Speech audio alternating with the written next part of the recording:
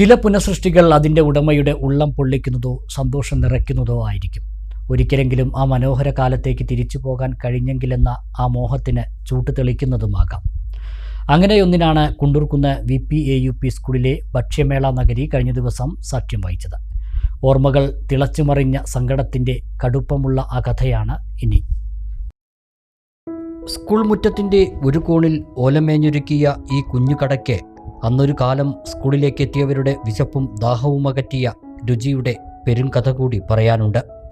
1/4 നൂറ്റാണ്ട് മുമ്പ് സ്കൂൾ പരിസരത്തു നിന്നും ഒരു സമരത്തിൻ്റെ ബാക്കി പത്രമായി അടച്ചു പൂട്ടേണ്ടി വന്നതാണ് നാട്ടുകാരനായ മങ്കടയൻ ഹംസ അന്ന് നടത്തിയ തട്ടുകട.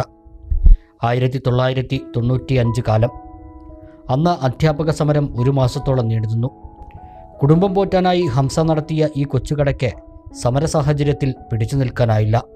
കട എന്നേക്കുമായി അടച്ച് ഹംസ വീട്ടിലേക്ക് മടങ്ങി.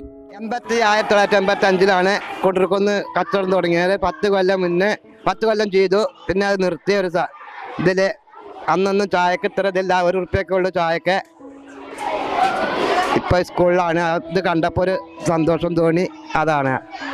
അന്ന് കടയിൽ നിന്നിറങ്ങിയ ഹംസ പിന്നീട് കുണ്ടൂർക്കുന്ന് VPAUP സ്കൂളിൻ്റെ പാചകപ്പുരയിലേക്ക് ജോലിക്കാരനായെത്തി. ആ പഴയ സങ്കടമൊന്നും ഇപ്പോഴില്ല.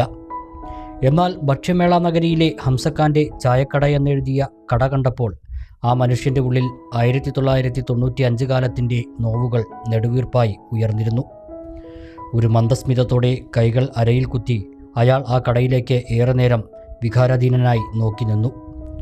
അന്നത്തെ കടയുടെ അതേ മാതൃക: സമാവർ, മിഠായി ഭരണികൾ, കയറിൽ തൂക്കിയിട്ട പ്രസിദ്ധീകരണങ്ങൾ, കടയുടെ ഓലഭിത്തിയിൽ ഒട്ടിച്ച സിനിമാ പോസ്റ്ററുകൾ, വിലവിവര പട്ടിക.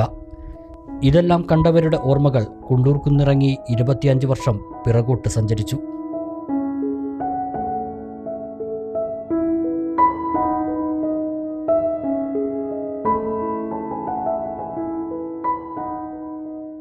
അന്നത്തെ വിദ്യാർത്ഥികളായിരുന്ന ഇന്നത്തെ അധ്യാപകരാണ് ഹംസക്കാൻ്റെ ചായക്കടയെ ഭക്ഷ്യമേള നഗരിയിൽ പുനഃസൃഷ്ടിച്ചത്.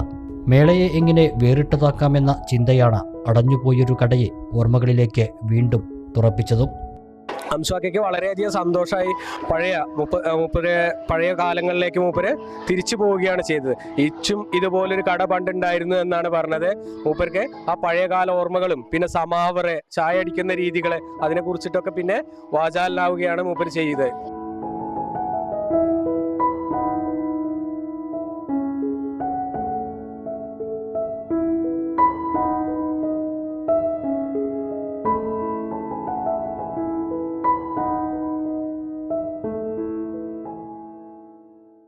അലനല്ലൂർ സർവീസ് സഹകരണ ബാങ്ക്, അലനല്ലൂർ.